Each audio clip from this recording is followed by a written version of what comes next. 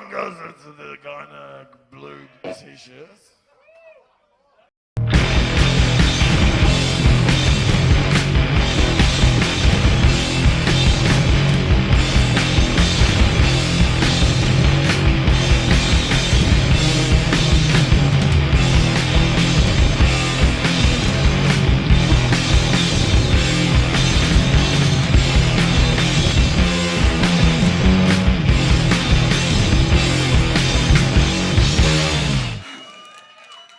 This is Endless Possession.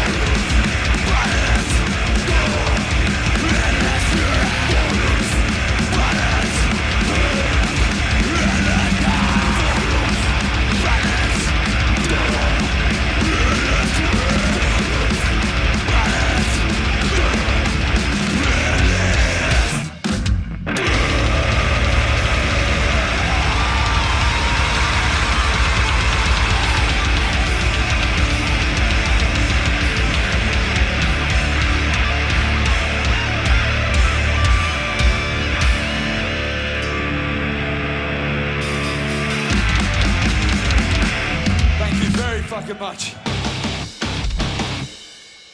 Welcome to the Riff Crew. I'm your host, Steve Mitchell, back for another great episode here with the Riff Crew and back with an electric church, looking at all the great music on the live scene that we've seen for the past 6 months in 2023. And joining me to review all those amazing bands is Skull. How are you doing, mate?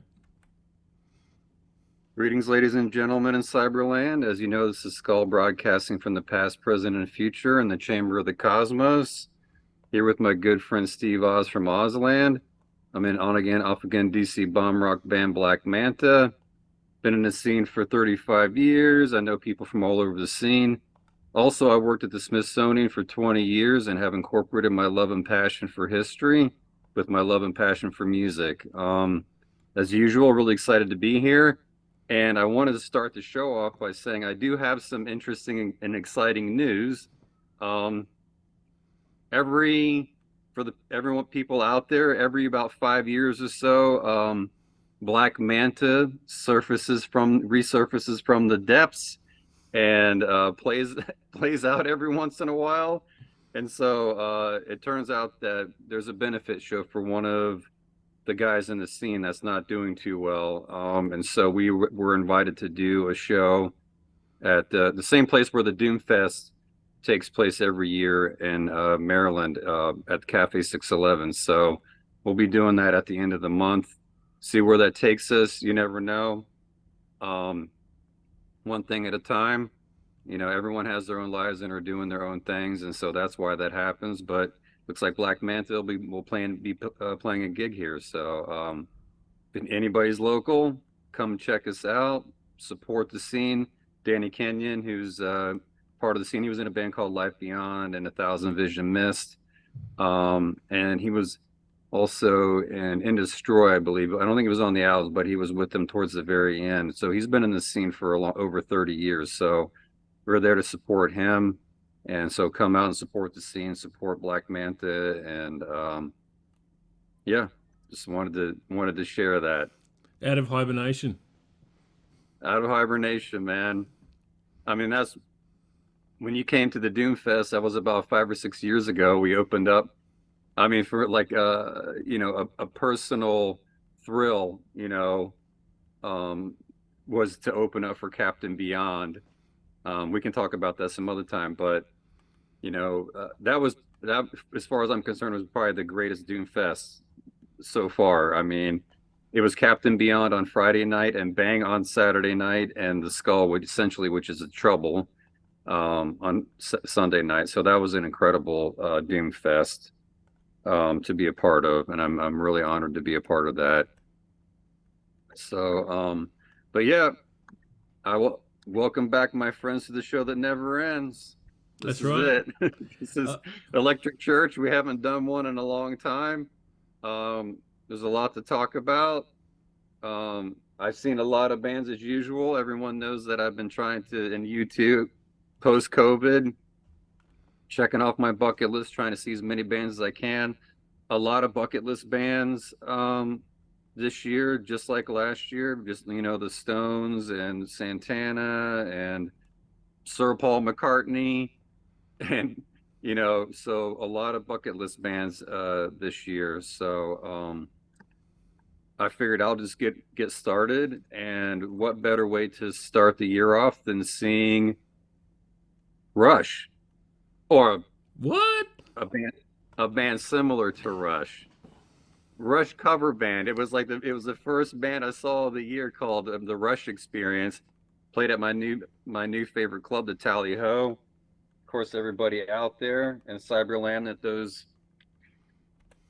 my two favorite albums of all time tied together: Rush Caresses Steel, Moving Pictures, single greatest albums of all time. And so it was cool seeing them. And they were decent. Rush is not an easy band to duplicate, as everybody knows. And they're actually coming back again. I don't know if I'll get to see them, but so that was cool seeing them.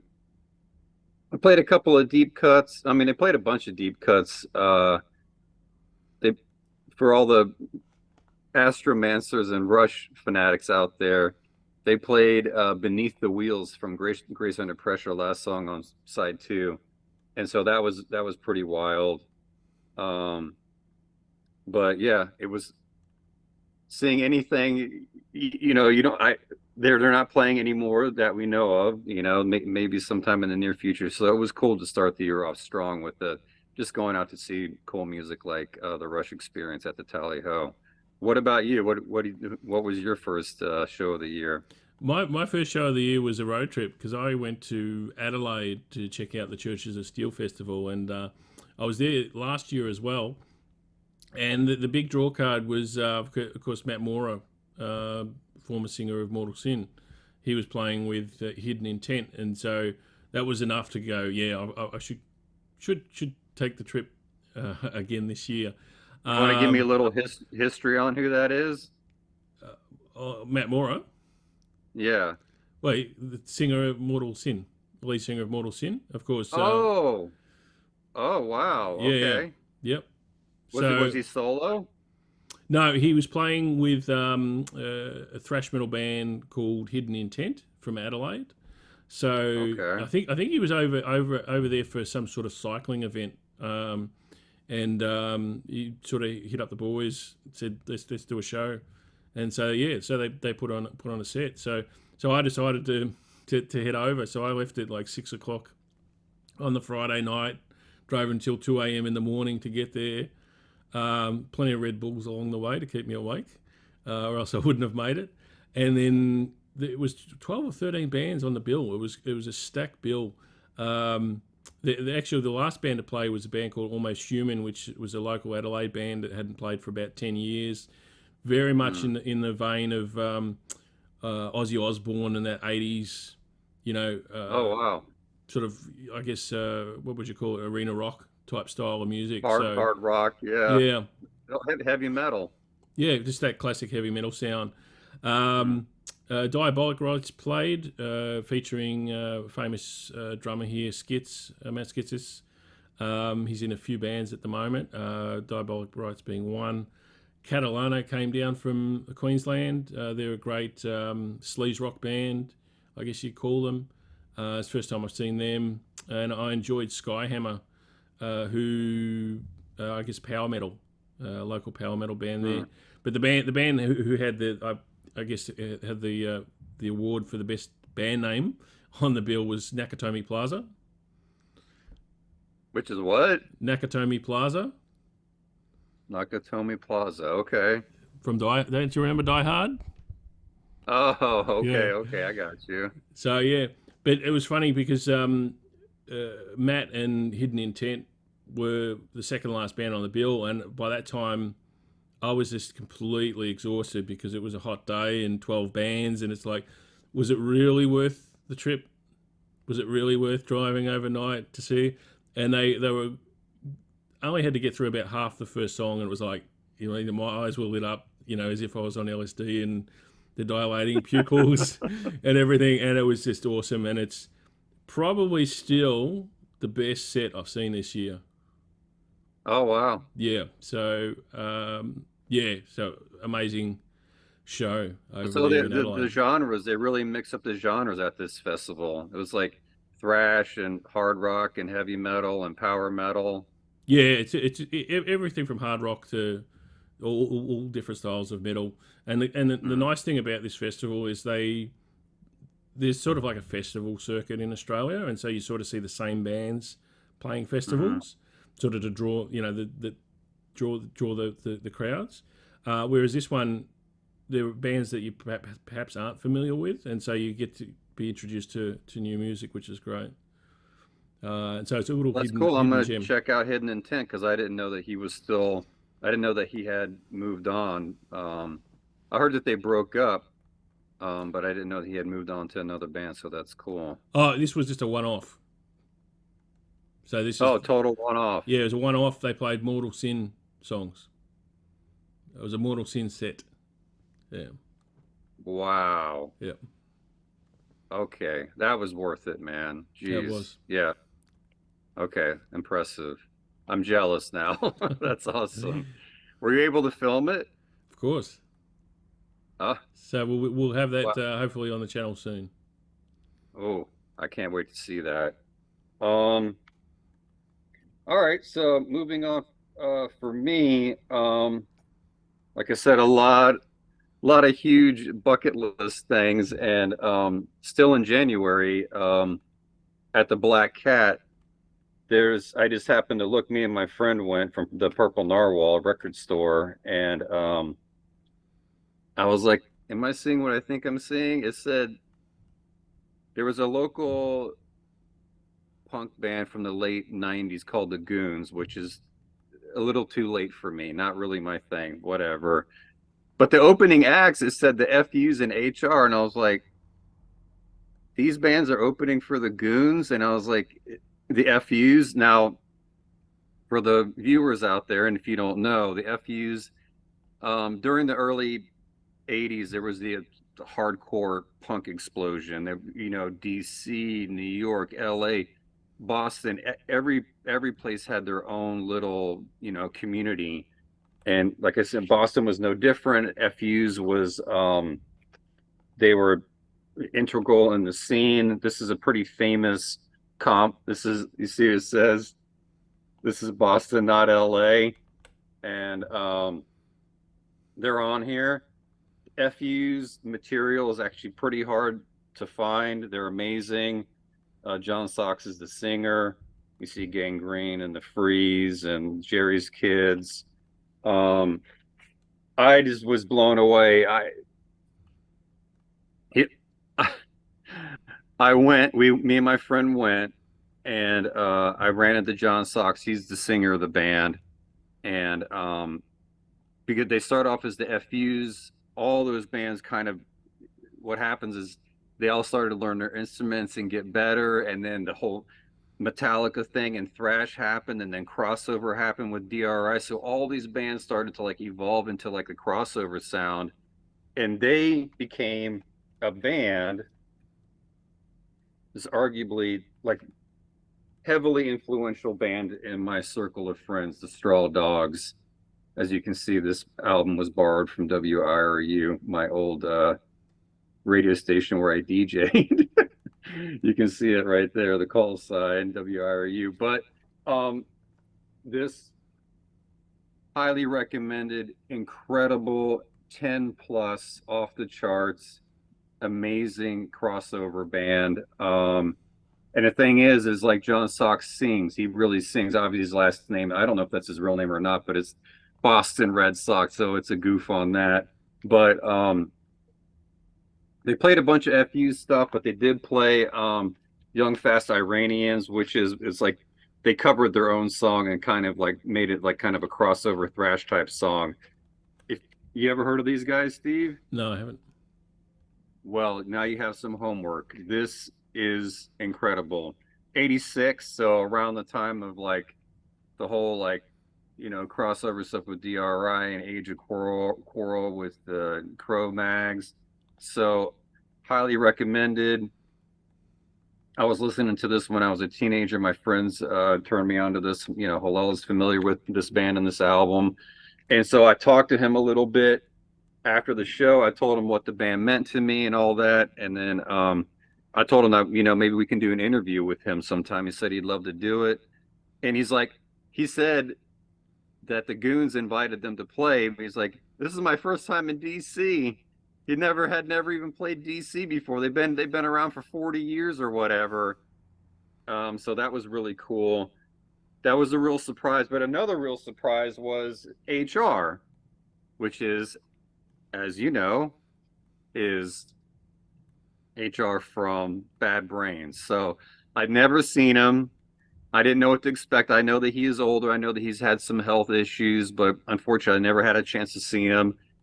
And me and my friend were talking. He's like, he essentially is what you would call hardcore or punk rock royalty, in a sense, especially local royalty. I mean, because absolutely. I mean, so influential, like Bad Brains influence, even Henry Rollins and Ian Mackay and Discord and Minor Threat, and they famously were banned in DC and had to move to New York, and when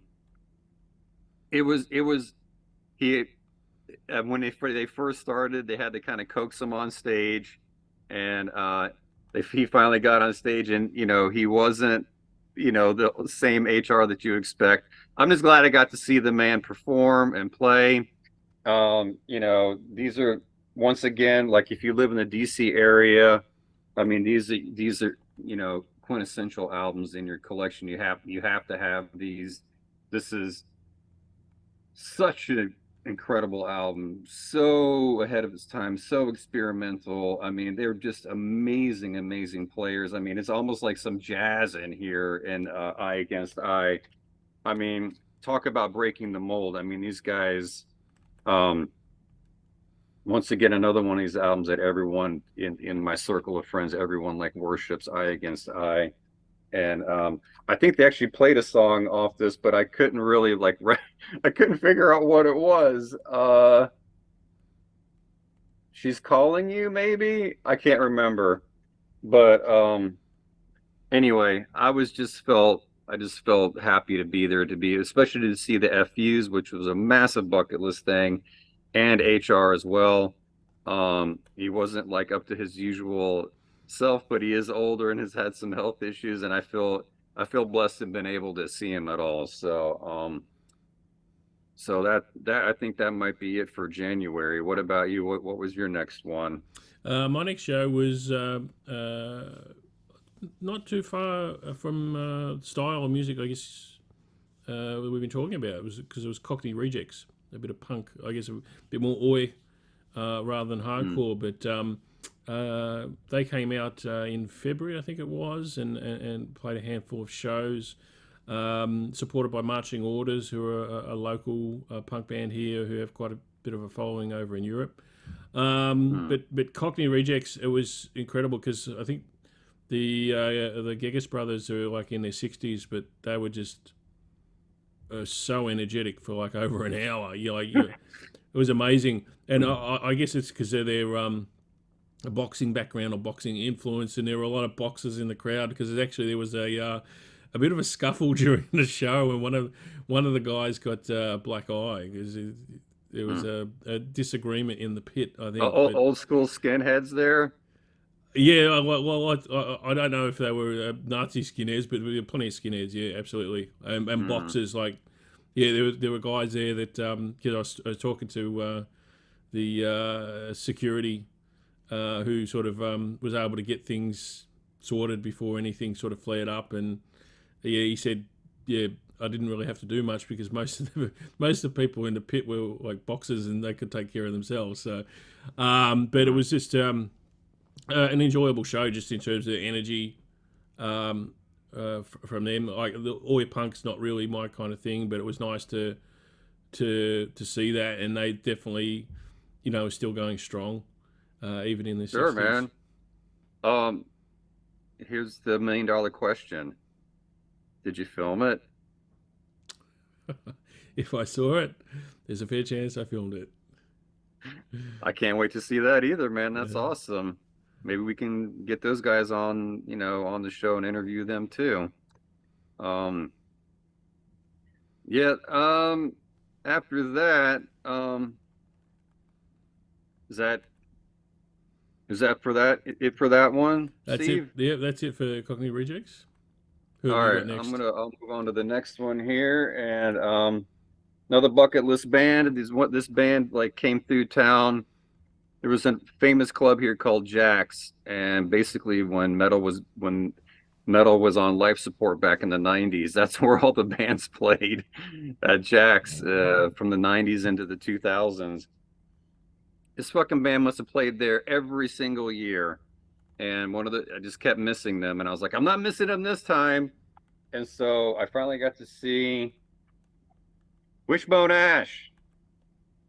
Amazing band. Amazing guitar tone. They were actually touring. This is live dates, their live album. They were doing 50th anniversary of live dates. They basically played everything off this album. When I saw them, it was at the Ram's Head in Annapolis. Never been there before, but I wasn't gonna miss them. And then they were one of these bands that along with in the States, there were plenty of bands that were doing like the dual guitar attack, like the Allman Brothers and Leonard Skinner. Oddly enough, a lot of them were like Southern rock bands that were doing this dual guitar attack thing, but very few bands were doing that in England.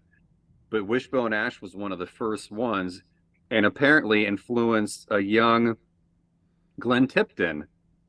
and KK Downing, those guys saw them and they were like, that's what we want. We want that dual guitar attack. And so, believe it or not, Wishbone Ash influenced them in the sense that they adopted that dual guitar attack. Amazing guitar tone for all the tone freaks out there. Amazing tone. He's he's the only original guy left in the band, and the singer guitar player, and but it was awesome.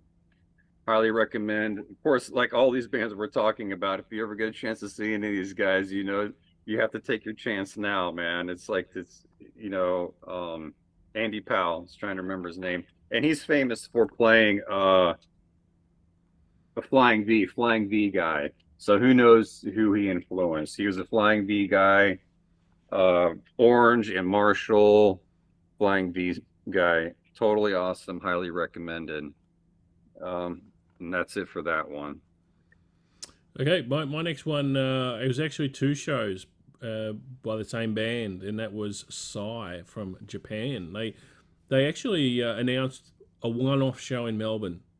Just, fly down to Australia, do one show, and then fly out.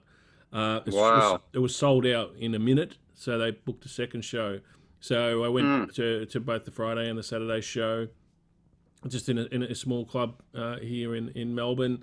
For those not familiar with Sigh, they've been around for 33 or 34 years now. Basically, a black metal band, but Japanese. They've got their own unique style because they've got the Japanese influence, and they've also got an avant-garde kind of a feel to their music because they use a lot of different instruments and samples and whatnot. And for the shows, they had a backing track because they just wouldn't have had the same feel for a lot of their back catalogue if they didn't do that. And I know because I was watching an interview recently or a conversation recently with Mariah, their frontman, and the first tour he played on for Sigh was over in the UK, and half of their set was like Venom songs. So obviously, that's where the big early influence came from, and actually they closed their second show with I think it was with black metal. It was one of the Venom songs, but a great live show. They basically wear a lot of costumes and there's a lot of theatrics. They have blood and stuff like that gets sprayed everywhere, and halfway through the set they set alight a book. I think it's the Bible, and so you've got this flaming book, and I believe that's inspired by King Diamond, that kind of theatrics. So it wasn't just It reminds me of there's another Japanese band like Venom worship band called Sabbath. Same kind of vibe. Yeah. So just it was more than just music. It was a theatrical experience as well, and That's awesome. yeah, thoroughly enjoyable. And it's definitely one band that you'd want to see live because they're fabulous live, and I don't think they tour that much. So if you do see them heading to your town, don't miss it because it might be the only chance you get to see them. Sure. All right. Next one for me is I had to do a little traveling. I went to visit my friend Izzy, who's I've probably seen some pictures on here and there from some of the shows that we've been to, but I'd never seen any of the legendary blues guys. I'd never seen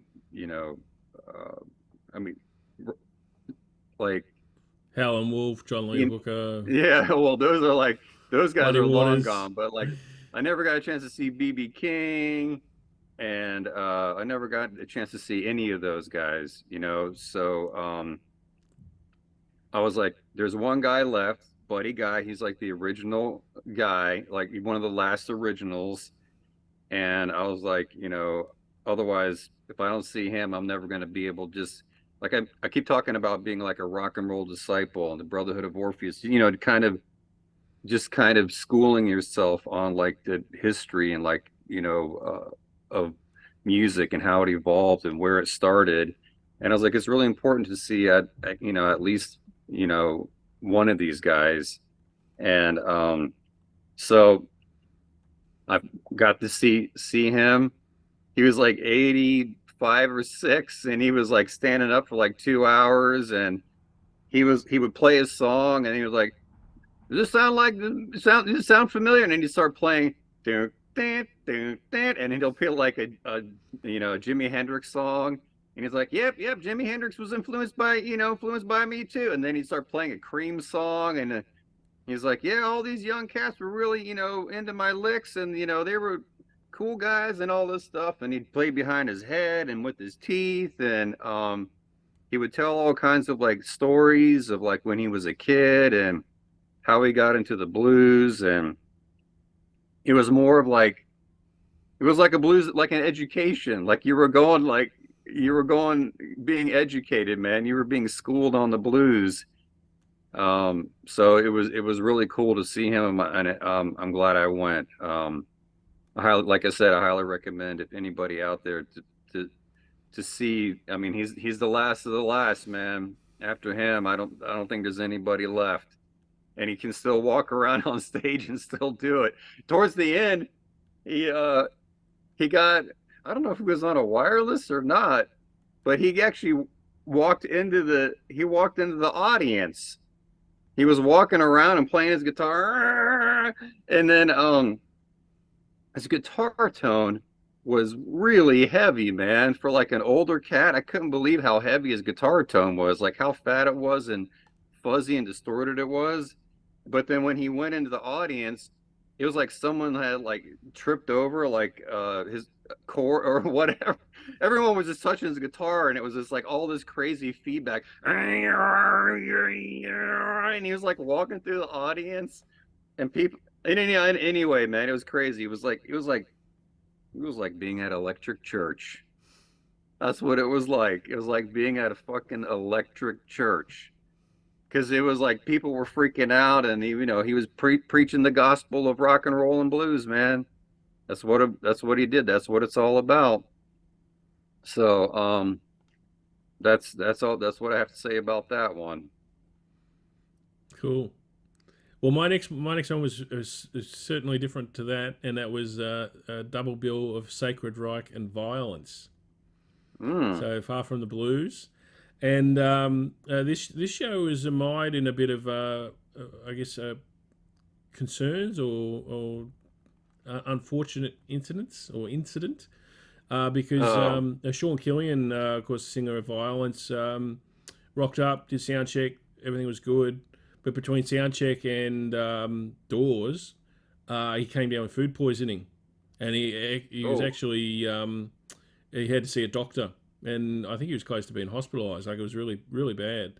So Sacred Reich, who were headlining, came on first just to buy a bit more time to see whether it'd be right.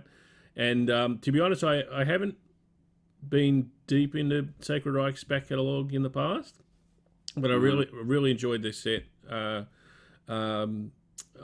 know that was it Surf Nicaragua is like their signature song. To me, they play that. Yeah, they always close it. I think so. They close. Oh wow, close yeah, it. That's a great song. But for me, it's after the first album and the EP, they became more like groove metal, which is cool. But I love the first album and the first EP. Yeah, but for me, there were a lot more songs in that show that I enjoyed more. So they're not a one trick pony or anything like that. But to be honest, I don't think that's even their hit. Like there were other songs that I enjoyed more. But just a really solid set from a band that you would expect that from, given their back catalogue and history as a band. When it came to Vio-lence coming on, Sean was still unwell, so basically the audience had a choice of what they wanted or what was suggested to them, and it was actually a local singer came on, from a band called Truth Corroded in Adelaide. He flew across to see the show, and he was pulled up to sing. Wow. Yeah. So it was like karaoke, and His moment in the spotlight, huh? that's right. And like he was familiar with obviously with Vio-lence because he was a big fan when he was like 17 years old or however old he was when he first got into them. So he kind of knew the songs apart from the newer stuff. But they had to sort of print out the lyrics for him just in case he forgot them. But he did a fabulous job, like to pull it off. Wow. Yeah. Like and it, The show must go on, man. See, that's what I love about rock and roll. You have that spontaneity. You never know when something like that's going to happen. Never. And to the band's credit, they were really good. Like yeah, even given the circumstances, they were great.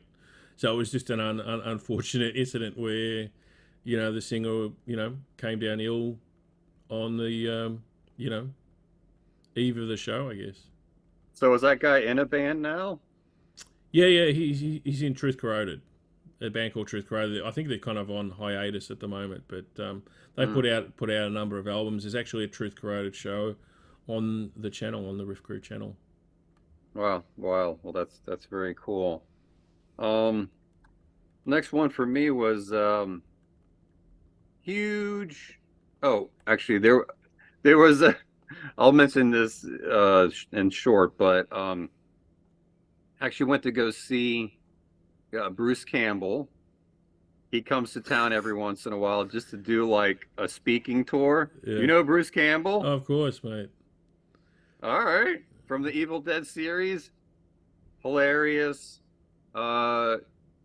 Me and my friends from Dreaming City Books went. Jim Kirkland and Mark Jackson, who people have seen on the show before, and I just have to mention that it was a fun time. We just went there.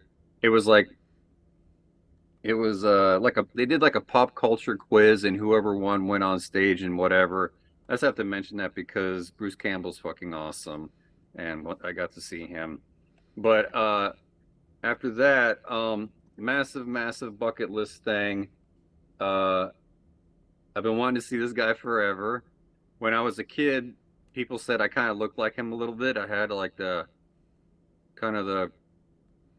whiplash smile, that whiplash smile. And so I got to see. That's right, Billy Idol. Very cool. It was awesome. He played the hits. He looked fantastic. He sounded great. Steve Stevens, the guitar player, was with him. It was at the Rams Head in Baltimore where the Death Fest takes place.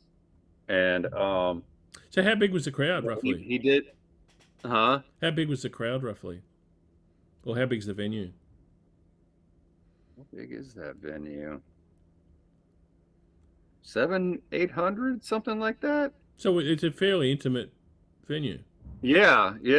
It wasn't a cheap. It was very good point. It was very intimate.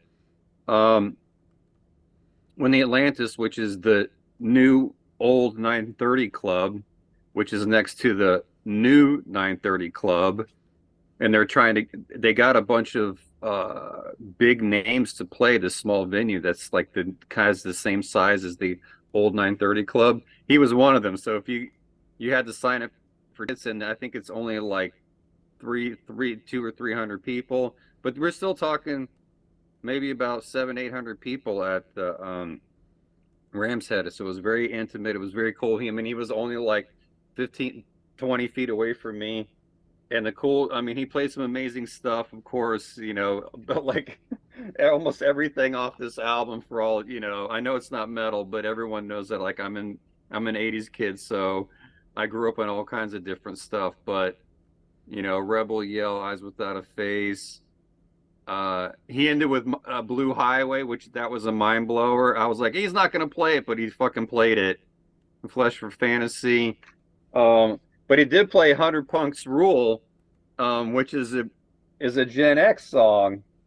I'm a huge Billy Idol fan, so I have all the Gen X stuff too. Amazing first wave or Punk 77, whatever they call Punk 77 first wave. Essential Punk album. Of course, this is the US edition.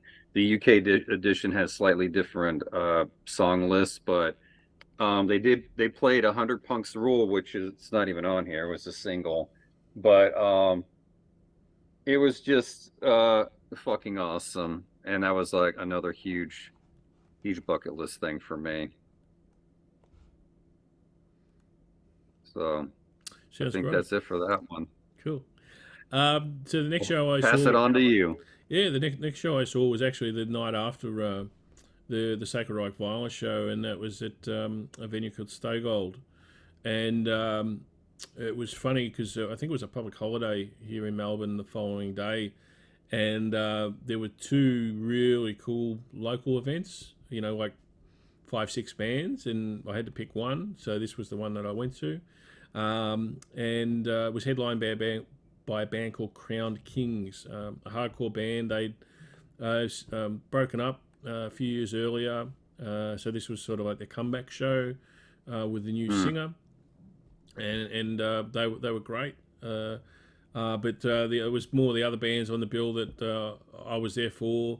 Hidden Intent, who we've talked about already on the show today, as they played their own set without Matt this time round, and one of the best thrash bands in Australia. So it's always good to catch a Hidden Intent show, and they're playing, you know, as much as they possibly can wherever they possibly can. So they're always full of energy at a show. Killraiser, another thrash band, came down from Sydney, so it was good to catch them while they were in town. Another thrash band on the bill was called Firing Squad. They're from regional Victoria, so a bit out of Melbourne.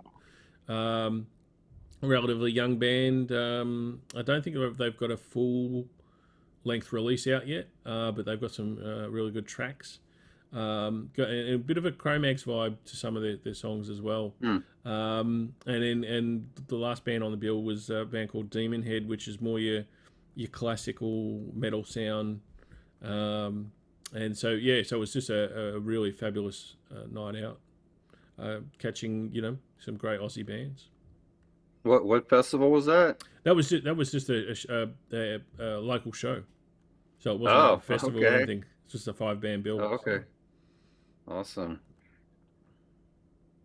Yeah, the next show I saw was kind of still in the same vein as Billy Idol, punk rock legend, and this was in a place I don't go to very often. It's called Auto Bar in Baltimore. And You've you been to survived. Baltimore, you know? Huh? You survived. I survived, yeah.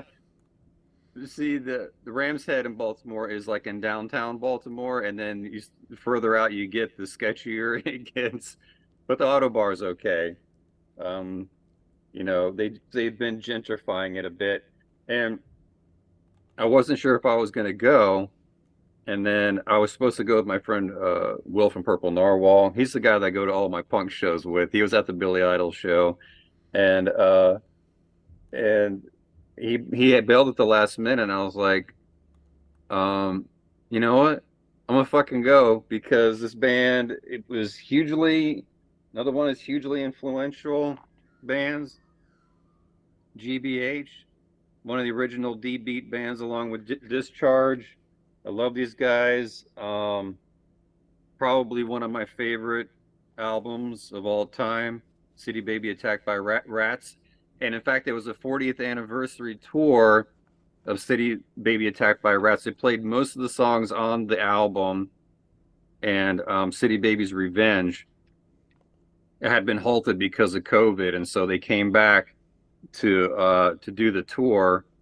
And like you were saying about the Cockney Rejects, a bunch of old guys. Colin, I don't know how he does it. He must be like a vampire, or like live in some cryogenic chamber or something like that. But he's so healthy, and he still has a huge head and spike of hair, and they were amazing. And I didn't really expect much. I I know about these guys, a multi-death corporation.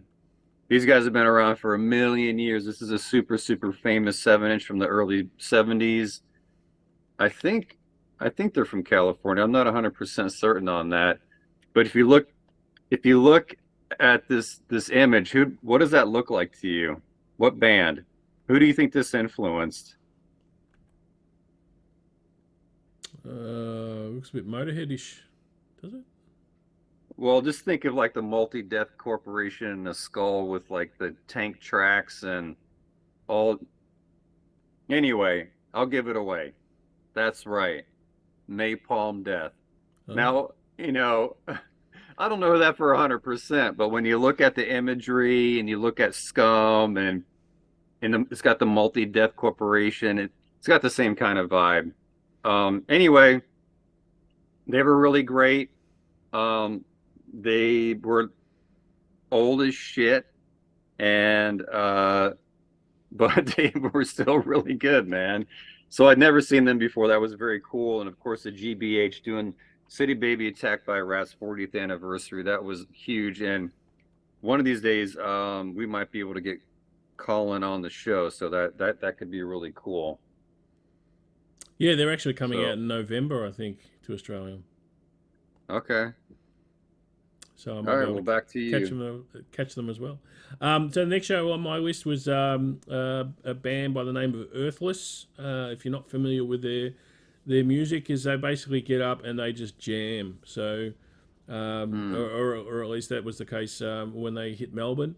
There was this kind of a special event because they stacked the bill with half a dozen support bands and had psychedelic lighting going on, and so it was just incredible to watch those guys go at it for they played probably an hour and a half set, I think it was, and would just get up and jam. It's just incredible musicians. is it like a free form type jam?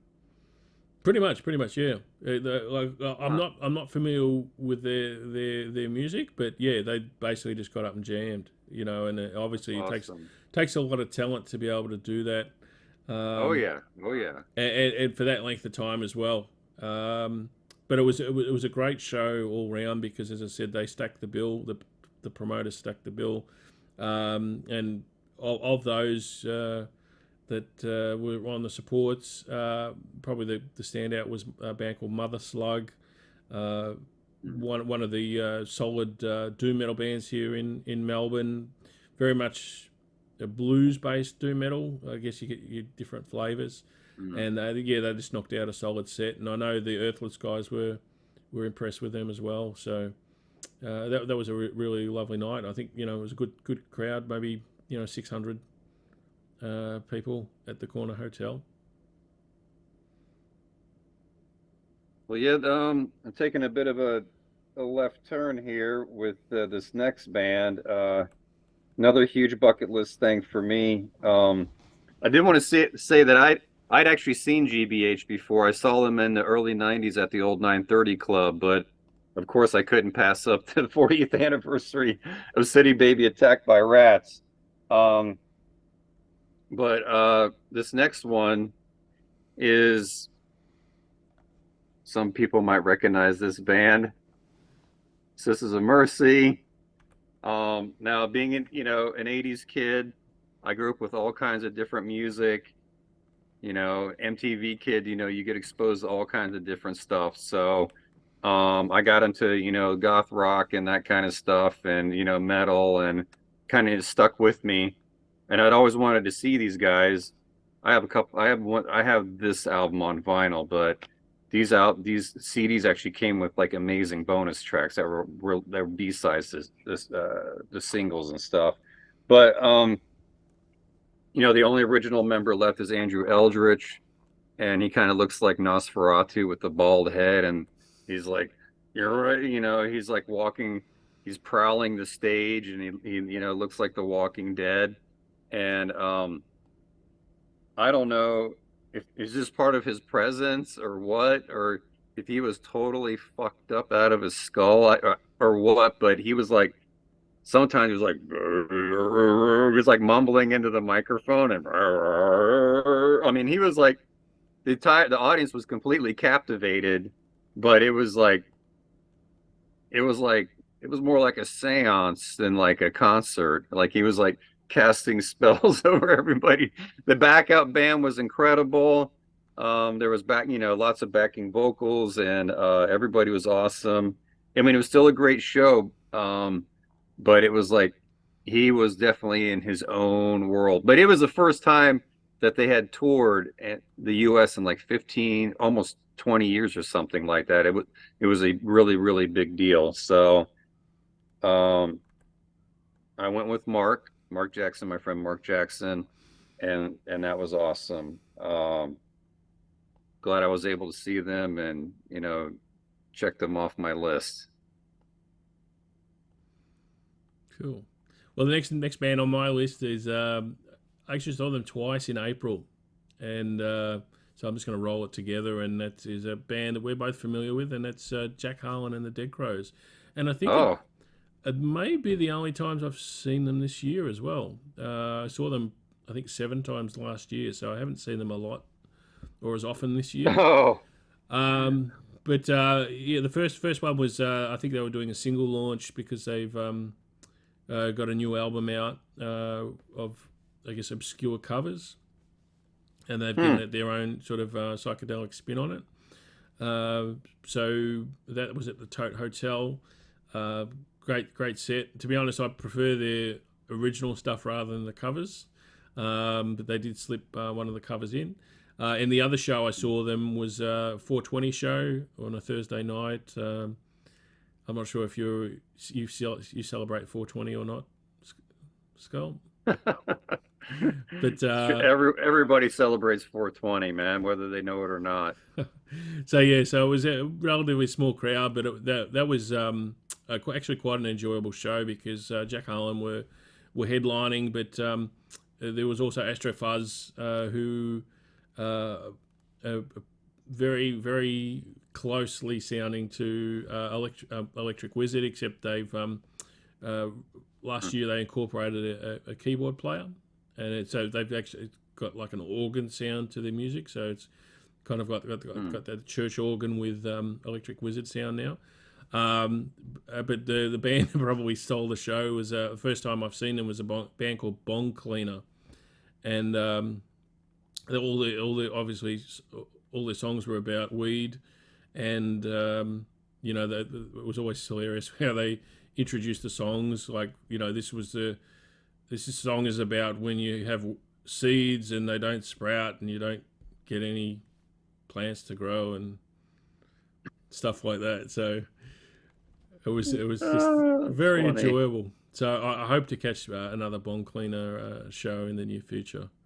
But yeah, Jack Harlon, always a good watch. Cool.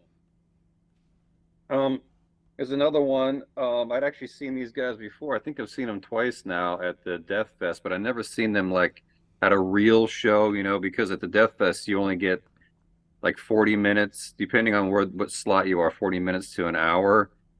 And they came to the Baltimore Soundstage, which is right down from the Ram's Head, and I'd never seen them, headline a show, and I was like, fuck it, I'm gonna go. No one else wanted to go. They're celebrating the 40th anniversary, and I was like, you know what, I'm gonna go. And it was this band. You ever heard of this band before? Yeah, yeah, of course. Fucking Voivod, Killing Technology.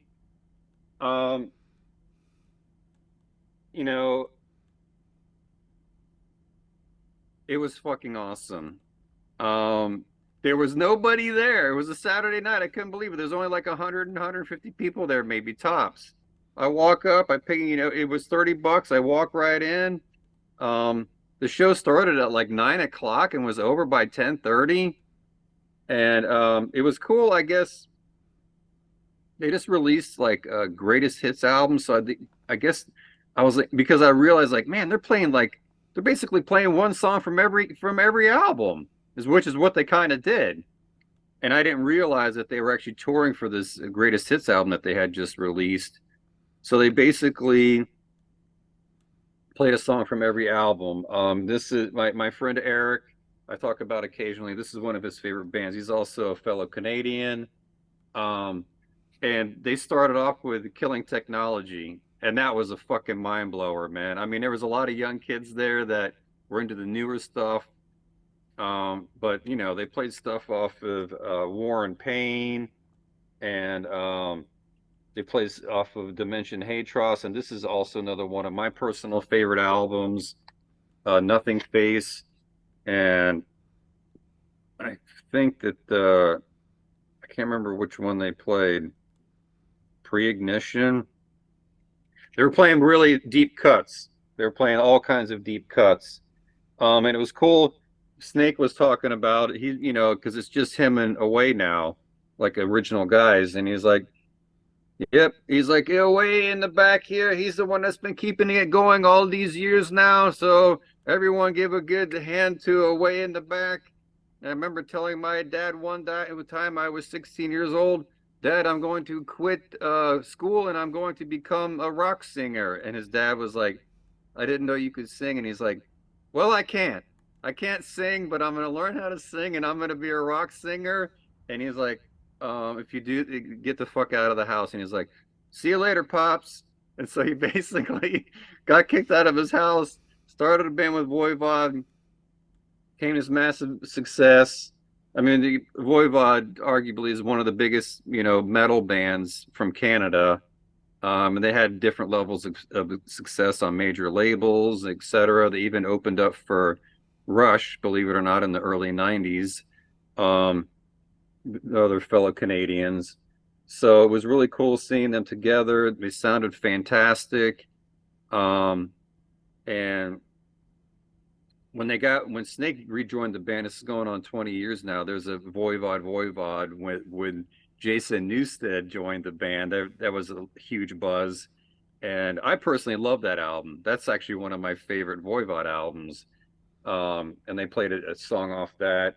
In fact, Jason Newsted, because he lives in Florida, believe it or not, I think outside of Fort Lauderdale somewhere. When they toured Florida, he jumped on stage and played a couple of songs with them. But anyway, amazing. I'd seen them a couple of times, but it was great just to see them in that kind of setting, and they're having a great time with it. And he was like, you know, because it was a bit controversial that Snake left the band, and then he came back, but he was like, you know, we're gonna keep doing this until we drop dead, until you stop coming. So see you next time around.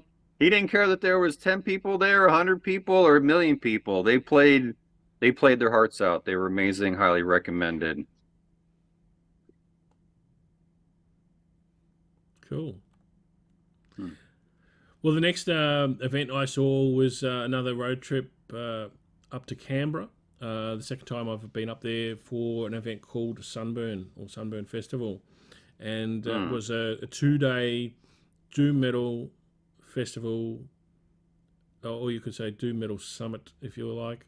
I didn't catch the first night on the Friday because I jumped in the car at about 4 a.m. on the Saturday morning and drove up because it takes, I think it's about 7.5 hours to drive to Canberra. So I got in around noon to set up, and it's just always an enjoyable day there at the basement in Canberra because there's 2 stages, and so it's just like one band after another, and it's just all doom metal. So you know, if that's your thing, the Sunburn is the absolute number one festival for you in Australia, and it's a great place for networking in terms of bands because there's actually not that many local bands on the bill. It's mostly bands that come in from other parts of Australia. There's a band from Western Australia. There's a band from Adelaide, Sydney, Melbourne. So most of, there's a band from up from Queensland called Emu. So basically it was the entire nation of doom metal represented across the board. I don't recall there being any new bands that I've came across that sort of struck me because I'm so familiar with the doom scene in Australia, but it was really nice to catch bands. So, for example, Pod People, they don't come down to Melbourne too often, so caught their set. Planet of the Apes was actually one of the ones I enjoyed the most. They're actually local here in Melbourne, but enjoyed their set, and just a great weekend or a great Saturday of doom metal. Cool.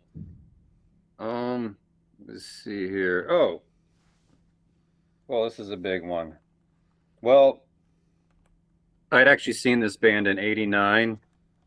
There was a festival, or not a festival. It was called the Headbangers Ball Tour, and it had Anthrax, Exodus, and this band, and it was a huge, huge deal. And I got to see them. They were really fucking hot at the time. Their song was playing over and over again on MTV Headbangers Ball. And this was, I think they said, their first headlining tour in the US ever. And once again, no one wanted to go. So I went myself. And a lot of these shows, you just go in just to have fun. You go in with no expectations, just entertain me, just have fun. This fucking blew me away. With Hidden Intent, you said might be your favorite show of the year so far. This might be mine, and it is this band.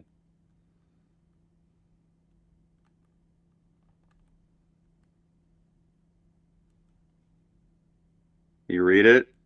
I can indeed. Helloween. It was crazy.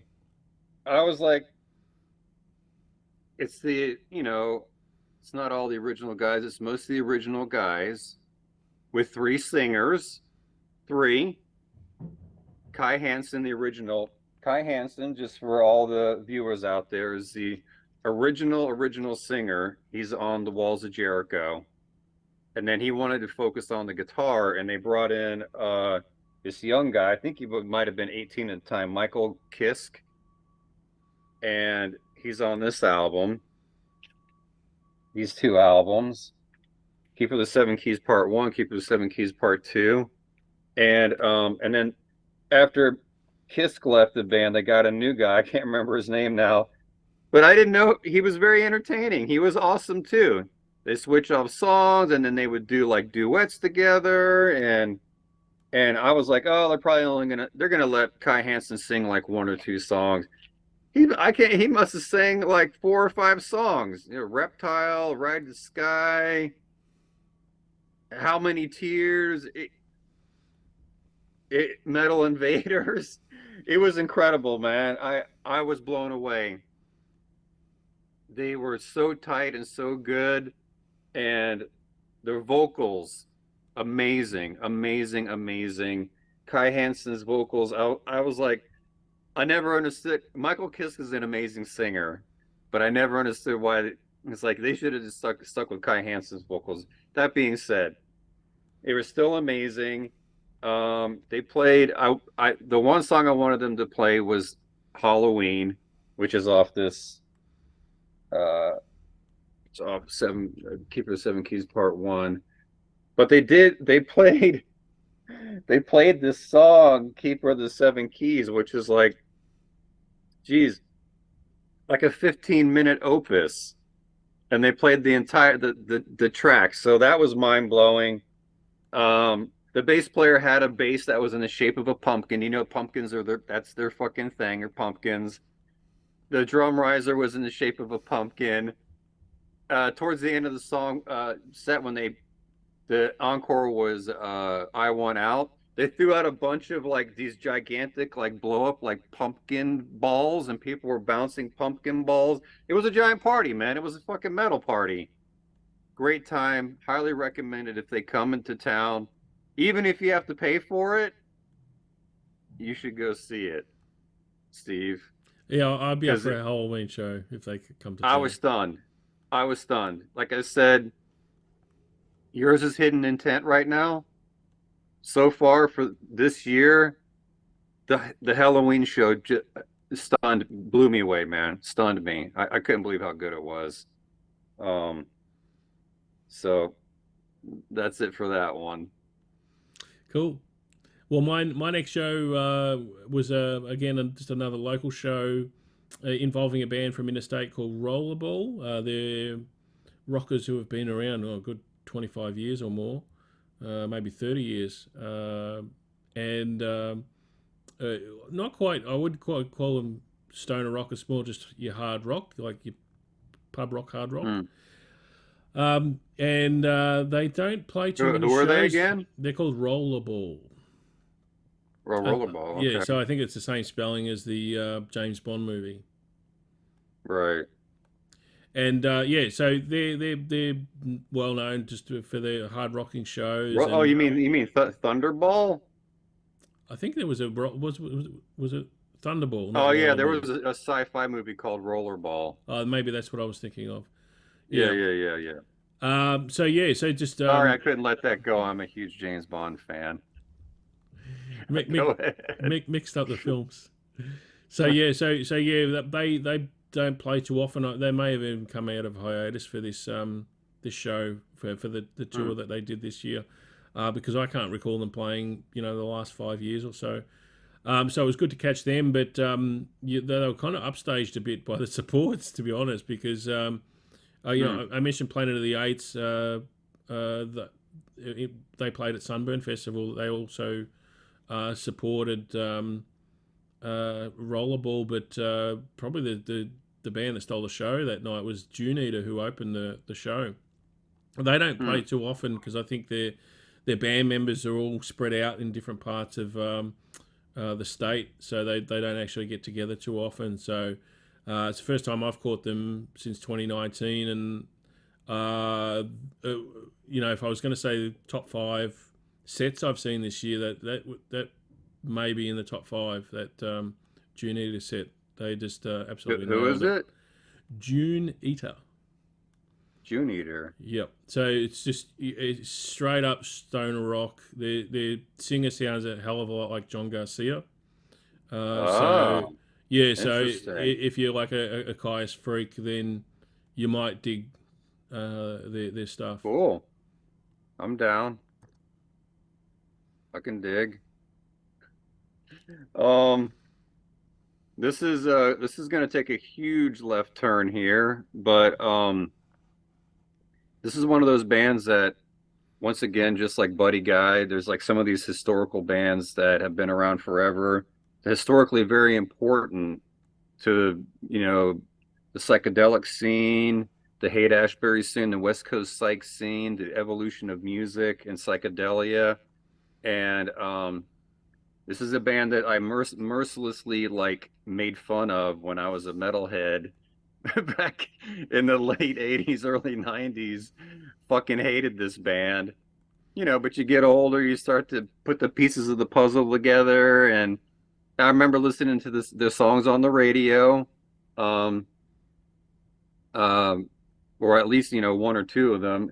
And you start to come around, you start to think about like how all these bands fit together, and how the evolution of music and how it all fits together. And so I was like, I think this is like a really important band that I need to see. I had already seen a couple of the members, and my brother-in-law loves these jam band festivals, so I go with him sometimes. He goes to these jam band festivals.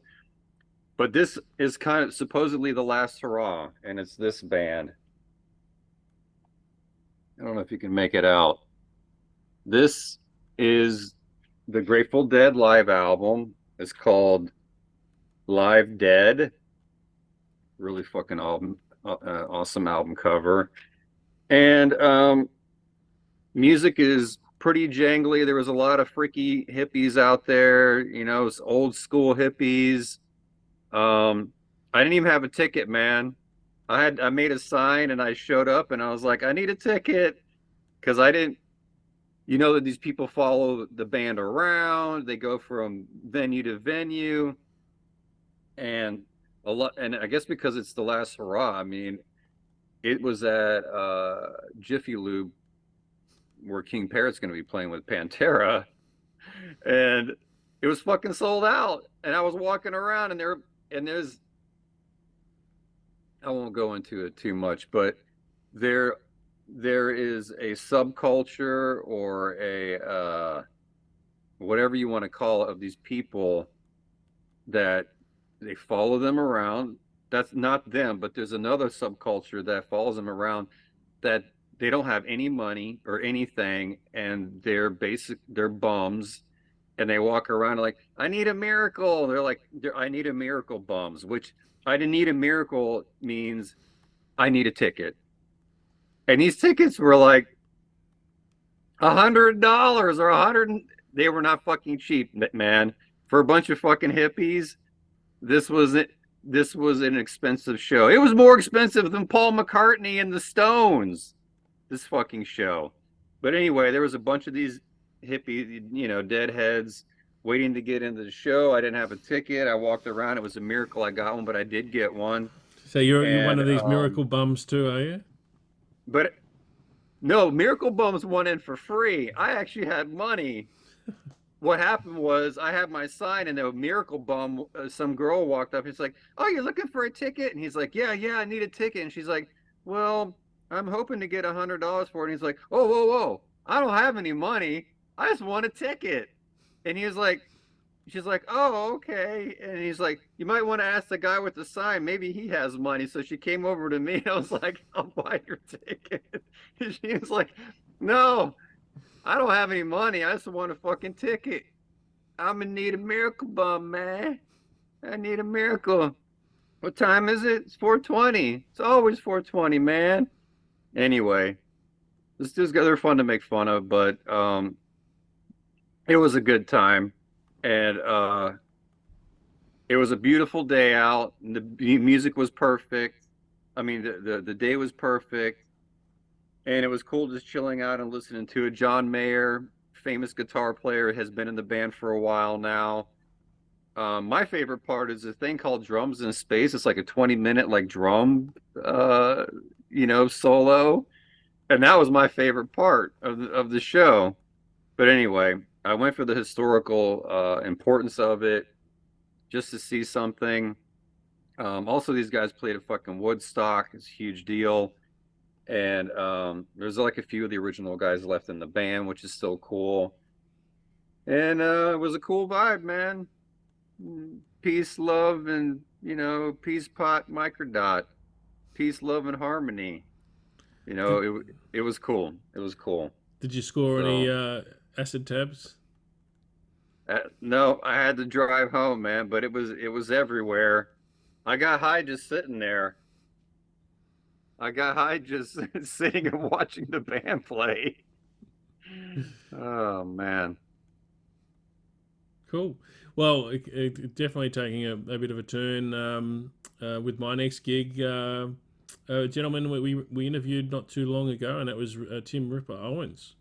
And so he had his solo show. He came to Sydney and Melbourne just for 2 nights. I guess in between other tour dates that he had a local backing band. Some of the guys, I think, played with him, or at least one of them did when he came out with Metal Gods with Simon Wright last year. And he is just one of the best heavy metal vocalists in the world. Like, I know Rob Halford's a legend and everything like that, but to be honest, Rob's probably doesn't have the power in his voice that he used to anymore, and like Ripper is just an absolute dragon slayer of a vocalist live. So awesome. I think it was exclusively Priest material. He played some of the obviously played some of the songs that he recorded with some of the albums that he recorded on, and he did pull out one of the songs on his new EP because he's released an EP this year. He played for about 90 minutes, and it was just a killer show. He actually played guitar, got up and played guitar for one of the songs as well. And so yeah, it's something about really powerful singer, seeing them live, and there aren't that many of them of that caliber, I don't think, going around, and he's definitely one of the best. So, highly recommended. I'm looking forward. I think there might be another Metal Gods tour in the works, and yeah, I'll be all over that if it happens. Sure. This year, oddly enough, seems to be like the year of the goth, because there's a bunch of goth rock bands coming this year, and I'm like, fuck it, I'm just gonna go see them. I like this band. I'm not a huge fan, but I was like, you know what, I'm gonna go anyway. I'll give you a little history lesson. Love and Rockets. It's basically all the members of Bauhaus except for the singer, and Love and Rockets kind of took it. It's more of like psychedelic goth pop, you know? And so they took a bunch of elements from the late 60s and kind of modernized it. It was great, a great show. You know, they had a great light show. All these bands have amazing, we were talking, I don't know if we've mentioned it yet, but a lot of these bands have amazing light shows. And like Sigh, you said, like theatrical. A lot of these bands are just really pulling out all the stops and have just amazing light shows. And they played all the hits, and I love and Rockets. It was just cool to see them. The Bauhaus was supposed to play last year, but the singer, something happened and the whole tour got scrapped. So these guys are probably like, well, let's go out as Love and Rockets. It's the same band without the singer.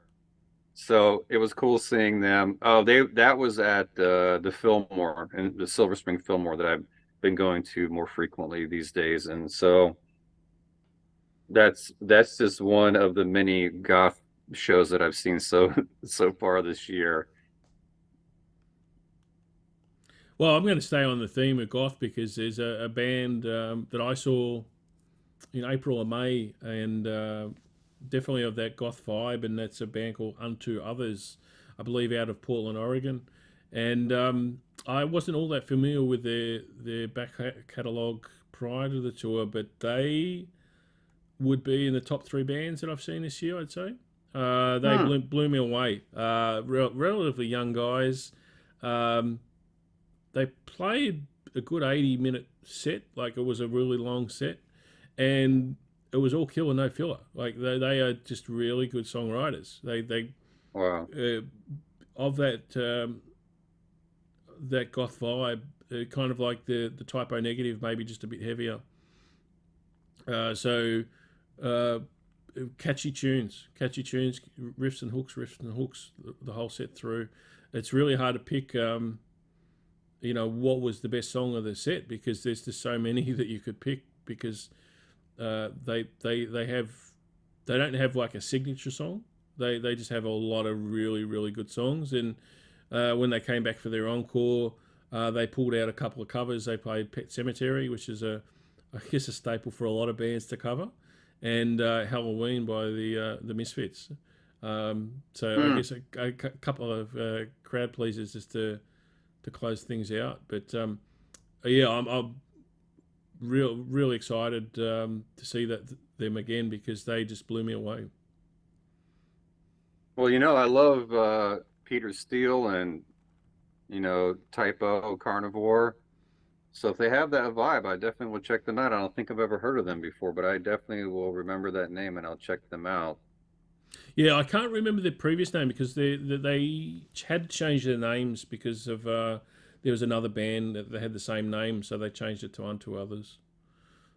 Okay. And I think they've been wouldn't be more than 10 years they've been together. So as I said, a relatively young band, but just really good songwriters. All right, I'll have to check them out. This is a departure from my show experiences are like all over the map, and this one's no different. I'd never seen this guy. He was another one of these guys that played at Jack's a million times, and it would always just, it's one of these gunslinger guys from the 70s. All these guys were influenced by Jimi Hendrix. and Canadian guy. And he came to Tally Ho. I was like, fuck it, I'll go by myself. And I went. Pat Travers, just to, he's in the same vein as like Robin Trower and those guys. Just great guitar playing, great tone. Uh, he had a famous song called, I don't know if you can see it, Snorting Whiskey and Drinking Cocaine. That's like his. You ever heard that song? Yeah, I think Snorting Whiskey. I think Obituary like to open their set to that show. That song, sorry. So they put on that, and then they kick into their set. They open with Snorting Whiskey, Drinking Cocaine. Yeah, that's funny. Well, he played it, and it was awesome. It was at the Tally Ho. I guess he was having some sort of like sound issues. He kept like fucking around with his gear, and he's like, I'm just a perfectionist. I don't know. I keep hearing this sound. It was like driving him bonkers, man. He went over to like the sound man. He's like, I'm sorry to bother you again, but can you blah blah blah blah blah? He did like 3 or 4 times. I thought the sound man was like gonna lose it. But it was a cool show to see. Just it's cool to mix it up and just to go see some of these old rockers. The show was only like $20 or $30, and just to support them. You know what I mean? that sounded like a nice show. Yeah, just fun, man. Just fun rock and roll. Well, again, it was nothing fancy. Again, I'm going to take a very different turn from your show, because the next show I saw was 3 Polish bands came out to Australia, and those being Thy Disease, Hate, and the headliner Vader. And to be honest, this was not the kind of music that I would normally listen to. It's not quite my sweet spot, but Thy Disease impressed me, as did Hate. But Vader's not my cup of tea, but live they just blew me away. Like they were very impressive. Yeah. Oh, they're amazing live, man. And it was an incredible light show as well. Shout out to Bailey, who did lights that night. Just incredible energy for a live show in terms of extreme metal.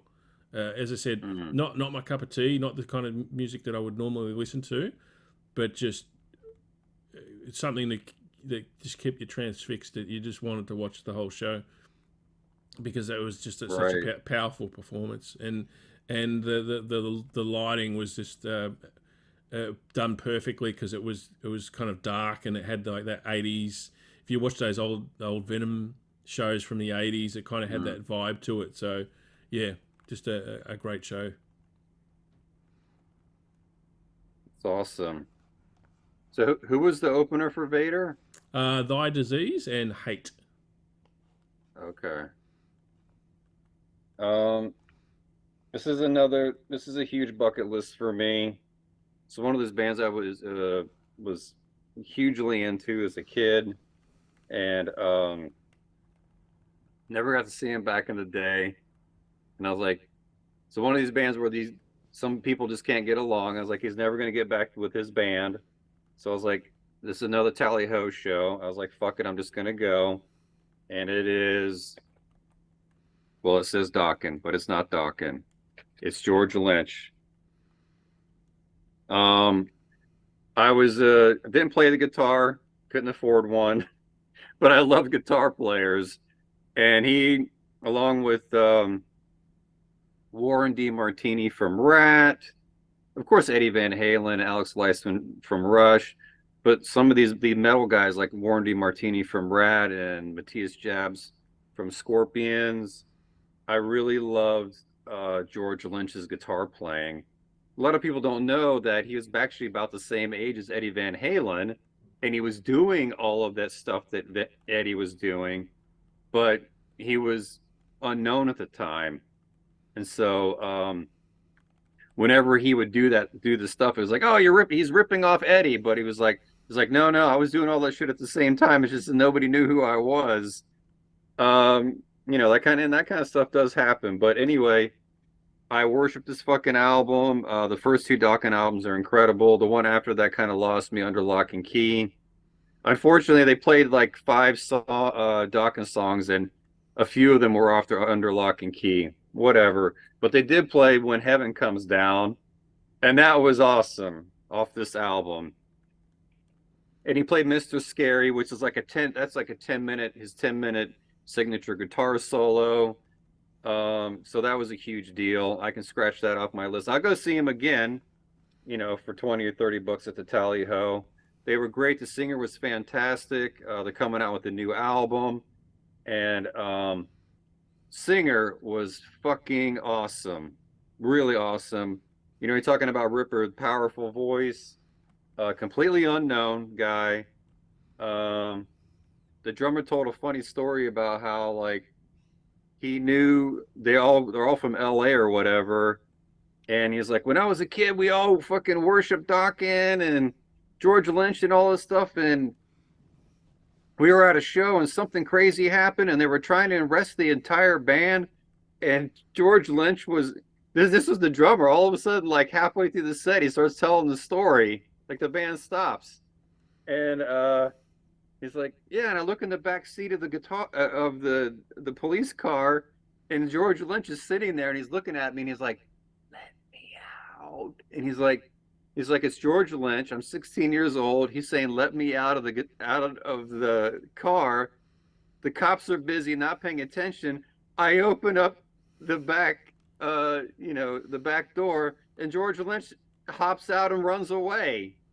And Lynch is like laughing the entire time. He's like, yep, that's a true story. And he's like, and then I run into him like 20 years later, and he's like, hey, I'm a drummer, and do you remember the story? And he's like, holy fuck, it's you. And he's like, yeah, I'm the guy that let you out of the back in the fucking police car. Oh man, it was awesome. They were having a great time. He started playing, he was tuning up, and he started playing Honky Tonk Woman just for fun, just bullshitting. And his singer came in and started to sing, and I thought they were just going to do a couple bars, like a couple of verses or whatever. And he looks over and he's like, oh, you're going to sing? And he's like, all right, I'm going to keep playing. If you're going to keep singing, I'm going to keep playing. So they played the whole fucking song. Just like that, right? Just right off the cuff. It was awesome.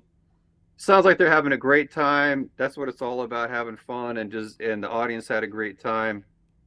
I highly recommend checking him out. He's, once again, some of these guys are going to be like the last of the last. He's one of the last greats from that period. God rest his soul. Eddie's up in the great gig in the sky in rock and roll heaven. But you have George Lynch around, man. If you ever get a chance to see him, he was on fire, man. He was amazing. Highly recommended. Cool. Well, speaking of LA, this next band, I believe, are from LA, and that is a band called Despise You. And we actually touched on this when we caught up with Matt Young from King Parrot, because he brought the band out to Australia and put the tour together. And they, I guess it's a funny way to describe them, but I guess you'd call them a grindcore band.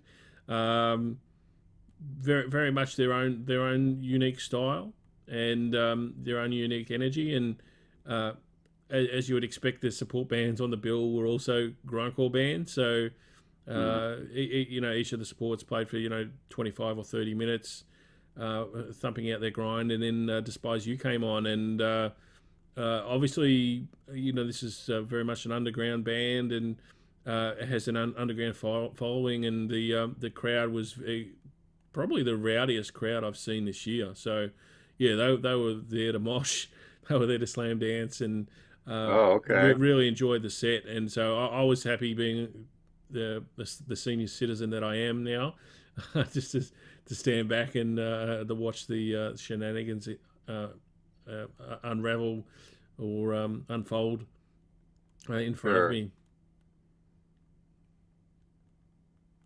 Well, I think we're right now at the Electric Church. We're going halfway through the year, so I'm up to June right now. Yep. So this will be my last one, but It's another goth rock band. I might be seeing one or two more this year. 80s, you know, goth rock. It's a fucking massive, massive bucket list thing for me. They've come several times over the years. I just happened to miss them. It came to Merriweather. It sold out in 2 seconds. You might have heard about.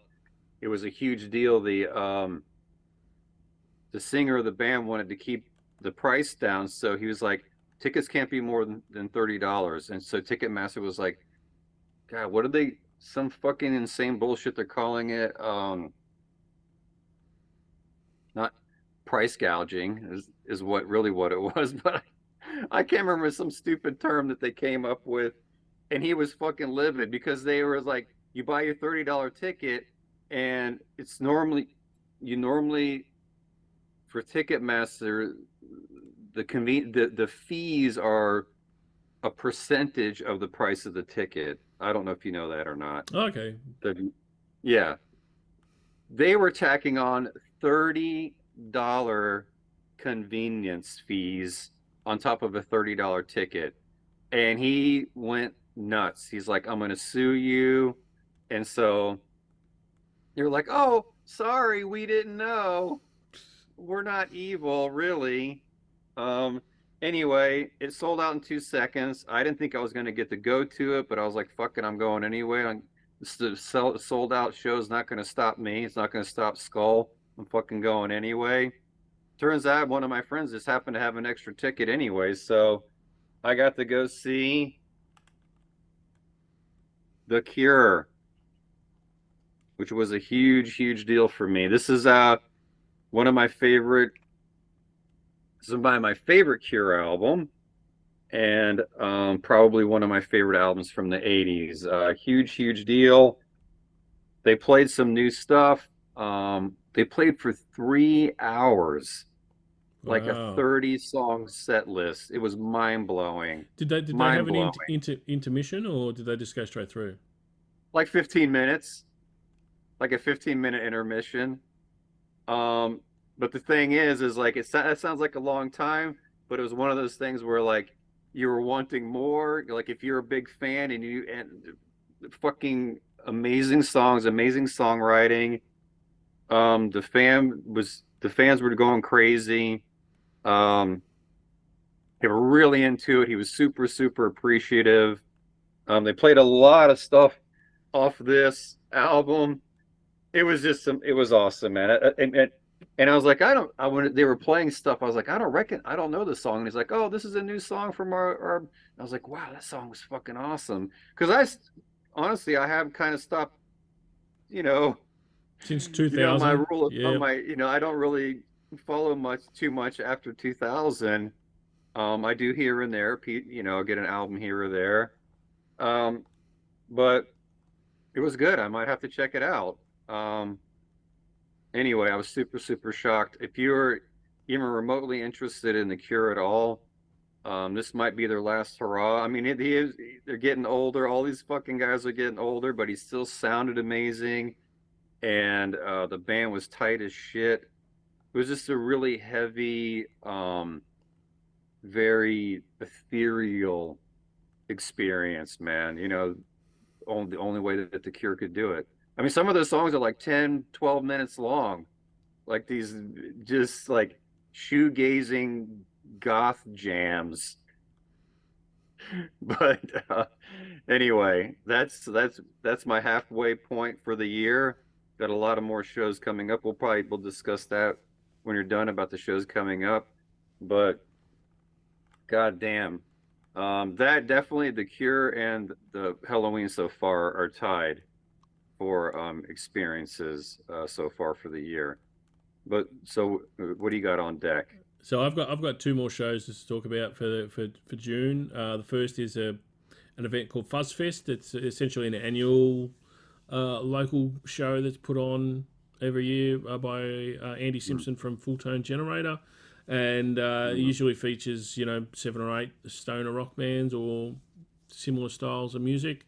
And this year it was hosted at a venue called Shot Kickers, which is Nice, intimate little venue in the northern suburbs of Melbourne, and it's actually one of my favourite venues to film at. And they had a really good lineup this year. Devil Electric were the headliners. They closed out the show.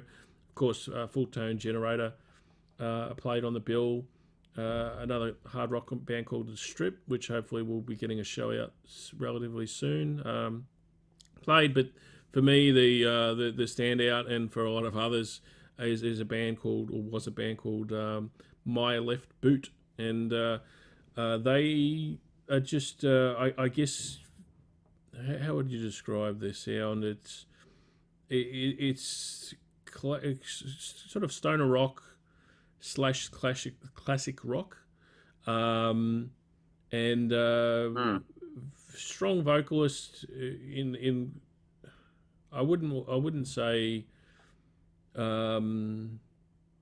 completely sounding like Led Zeppelin or anything like that, but it's he's got that kind of classic rock vocal delivery. A really good singer, really strong singer, a powerful singer, and great guitar tones, great musicianship. They don't play all that often. I think that's because they either live in the countryside or they're one of the bands where they're dispersed, and so it's hard to get together. But it's the second time I've seen them, and they're a fabulous live band. For a rock band, they're just one that, if you see them play, you want to check them out, because they don't play every month or anything like that. So, grab them when you can. And who's that again? My Left Boot. My Left Boot. It's kind of has an old school hard rock sound to it. Yep. And just closing out my reviews is a band that I was very excited to see, and second time I've seen them, and on the theme, because we've talked about jam bands already, is that this was one of the best jam bands in the country, and that's Frozen Planet 1969. Three guys from Sydney and Canberra, and they came down to Melbourne, I think the first time for 8 years they've played here, and they just jammed it out like it was, they'd be the perfect opener for Grateful Dead. If anything, they'd blow them off the stage, because these guys are just super talented, and just always enjoy listening to them. They've got a bunch of CDs or albums, so I grabbed like half a dozen of their recordings, and it's just always nice to put on, just something to chill to. So it was a great to see I'd those love guys to again. see the videos of that. Yeah, unfortunately, the show that I filmed of them last year, they didn't want to put out because they weren't entirely happy with their performance. But hopefully, this one they'll give the green light to, because it's just always cool to see guys who have that level of talent and musicianship. That Is there singing, or is it all instrumental? All instrumental. Huh. Cool.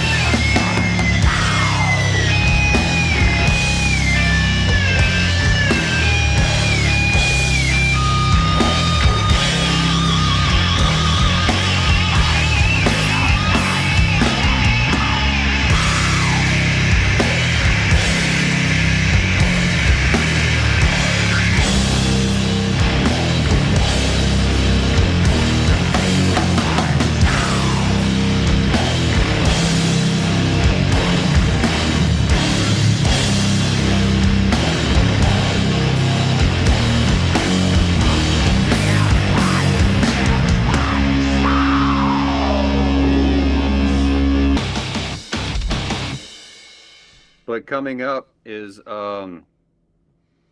next weekend is ZZ Top and Leonard Skinner. I've seen ZZ Top about 5 times already. They're amazing. They don't have Dusty Hill any longer. It'll be the first time I've seen them without Dusty Hill. But Skinner is one of these bands that if you grew up in Florida, you have to see. And I've never seen him before. And I know everyone's fucking dead now, but I don't care. I'm going anyway. I'm actually super excited about going to see him.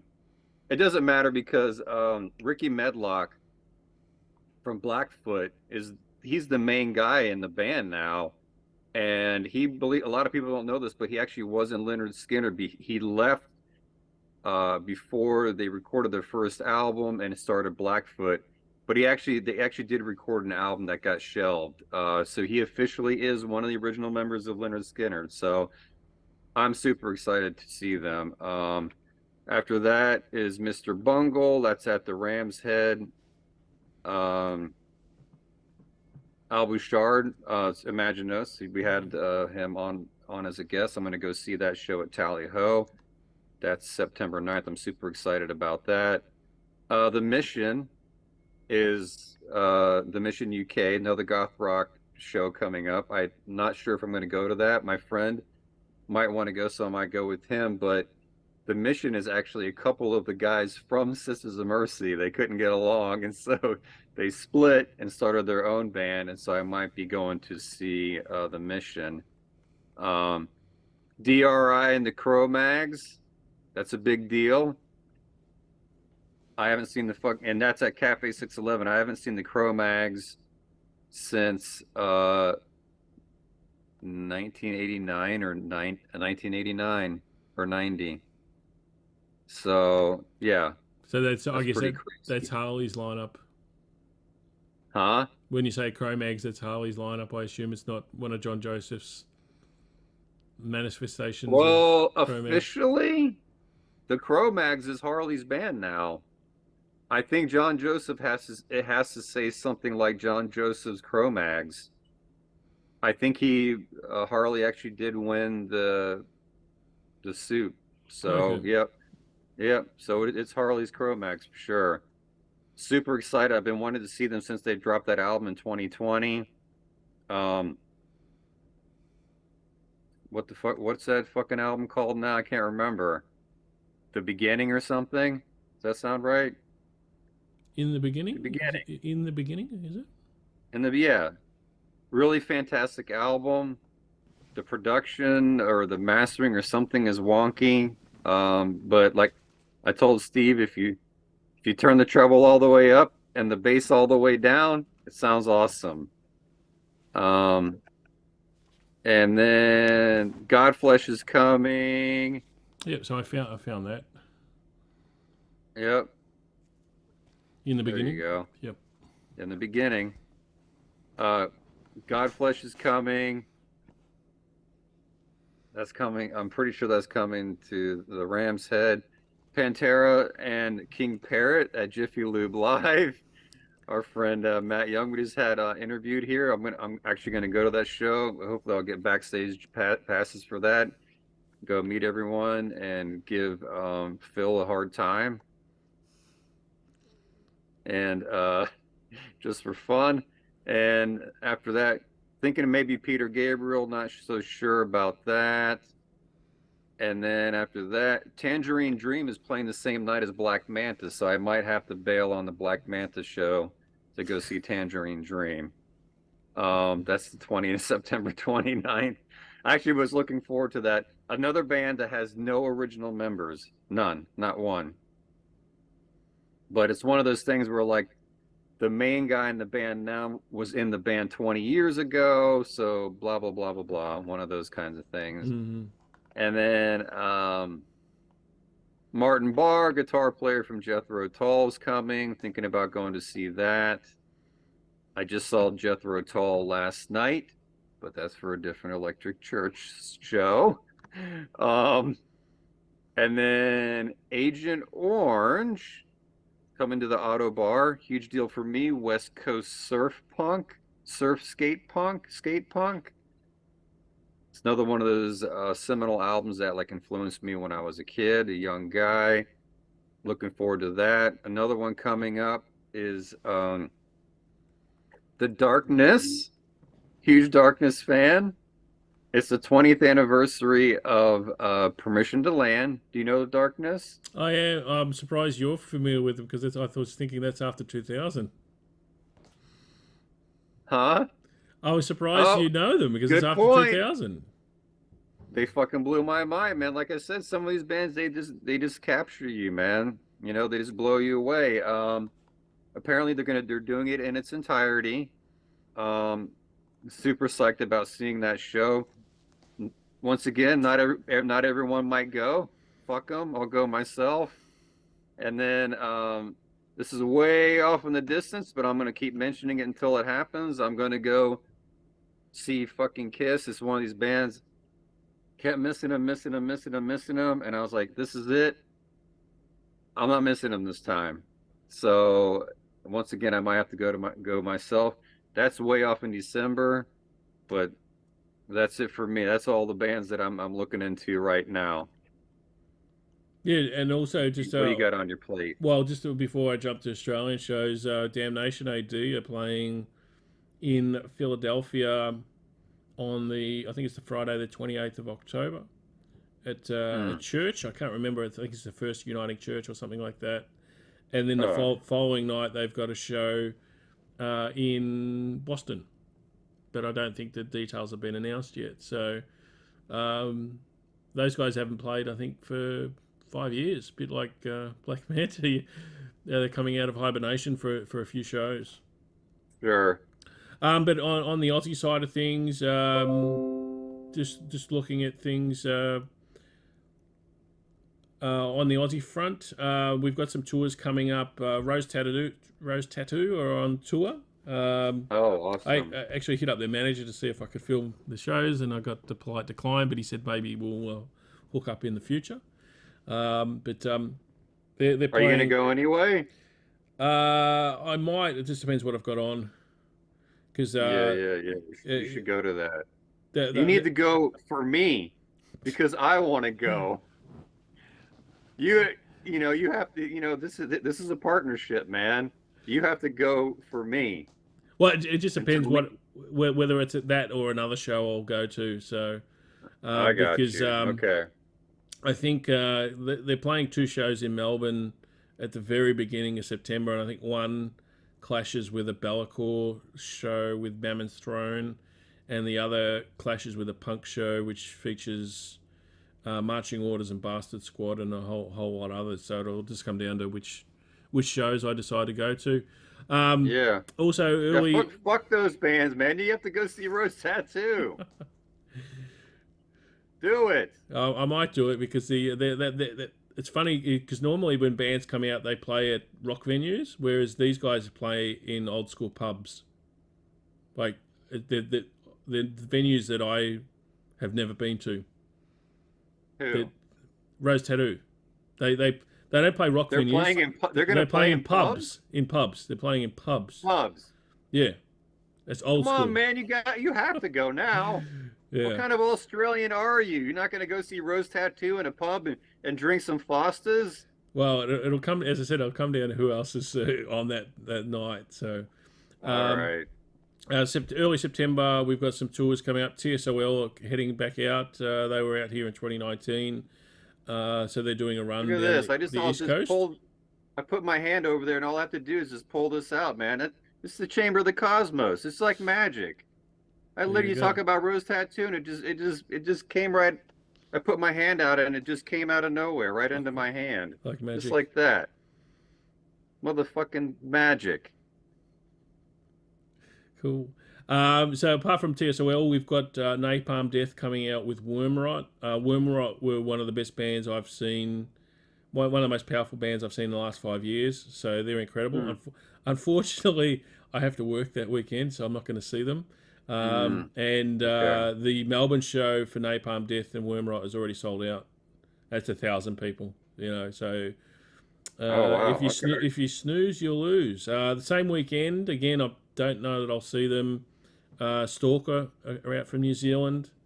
great speed metal, great live Sure. band, and a couple of bands, local bands, Orpheus, Mega, and Triple Kill are also on tour in September. Still in September, we've got a few other bands coming out. Cattle Decapitation, not exactly my thing, but they've got a huge following, and I expect they'll probably pull 1,000 or more. A band that's going to pull a lot more than that is Ghost. They're coming out in October, playing I guess arenas. I might see if I can score myself a media pass for that, because The first album is incredible, yeah, for sure. they've got Yeah. some catchy songs, not as heavy as I'd like, but obviously it would be an interesting live experience because they put a lot into their productions. On tour in October, again, local band, Mind Snare, sort of like a hardcore fixture here in Melbourne. I think all of their shows except for one are already sold out. So again, if you snooze, you lose. Also in October, we've got a tour from Archspire coming out. So if you want metal on the heavier side of things, you've got that. You've got Jesus Peace coming out in October. Strung Out are coming out in October if you're looking more along the lines of punk. There's a couple of local shows that I'll talk about. One is there's a benefit show featuring a band called Espionage. They're reforming just for this one-off appearance, and I'm super excited because they were one of the best bands I saw in 2021, and then not long after that I saw them, they split up. So I only got to see them once, so it would be great to see them again. There's also an event called Aftermath at Shot Kickers. I mentioned Shot Kickers earlier, great venue. And that'll probably be 6, 7, 8 great bands, local bands here in Melbourne. One band I may see if I'm in the country. I'm not sure I'll be around, but that is the Mark of Cain, one of my favourite bands here in Australia. They're playing their Ill at Ease album in full for the first time. It's a bit of a celebration, I guess. It came out in '95, I think. Great album. It's probably their signature album. So, Mark of Cain fans, don't miss that. And then towards the end of the year, we've got Glory Hammer coming out. We've got Dozer coming out. The Exploited are booked. This is, I think, the third or fourth time that this tour's been booked, so hopefully that goes ahead. Devon Townsend's coming out. We've got, I think I mentioned G.B.H are coming out. And in December, we've got Metal Church and Good Things Festival. And interestingly, Devo's on that bill. Wow. Yeah, so I'm hoping there's a I'd side love to show. see them. I've never seen him. Yeah. So I'm not sure that I'll go to the festival because that's a weekday show, so I'd have to take a day off work to see it. But if they've got a sideshow booked, I think I would be pushing to see that because that would be an interesting show. And I think it's been Race of Doom, man. I think it's been billed as their farewell tour. So this will be the last chance to dance if you want to see Devo. Wow. They might be bringing it to the States then. I might have to check it out. Yeah, if you're lucky, you might get it. If you're lucky, man. You see these cats when you can. Yeah, and already there are a lot of great tours booked for 2024 as well, going into the first quarter. So, as always, the Electric Church never sleeps. That's right. That's right, man. Remember, all the world's a stage, so continue to worship at the Electric Church and look to the stars, carry that torch of enlightenment, and strive to be a disciple of rock and roll and the Brotherhood of Orpheus. Peace.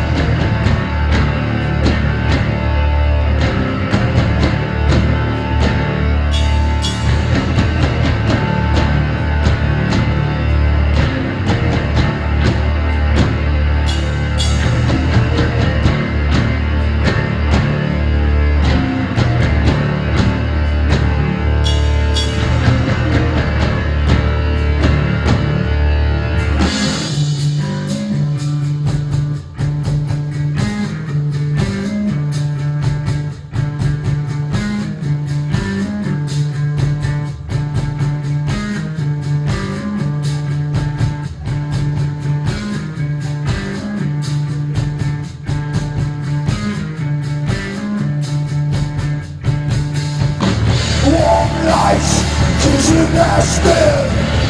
Roll over, can you hear them sing? Aren't you ready? Turning the screw. These beats won't bother you. Get the numbers and make them stick. Strike once, turning the screw. Strike once, turning the screw.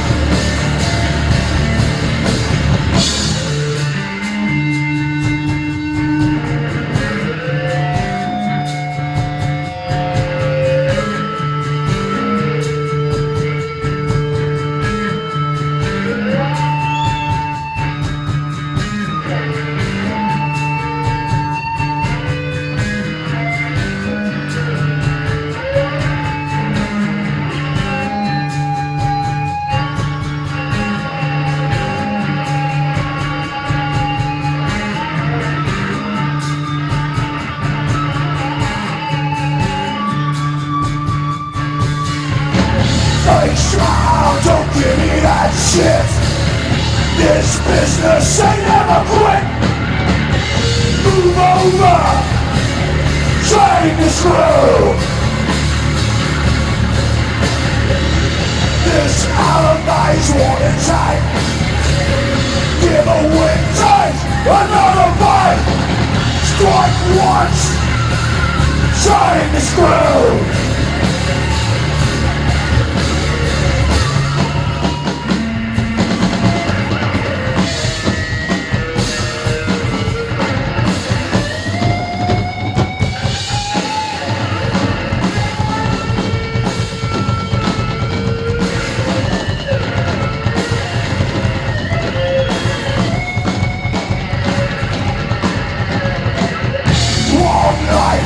Kissing their skin. Roll over, can you hear them sing? Not ready, turning the screw. These beats won't bother you. Get the numbers and make them sick. Strike once, turning the screw. Fake smile, don't give me that shit. This business ain't never quit. Move over, turning the screw. This alibi's watertight. Give a wing tight, another bite. Strike once, turning the screw.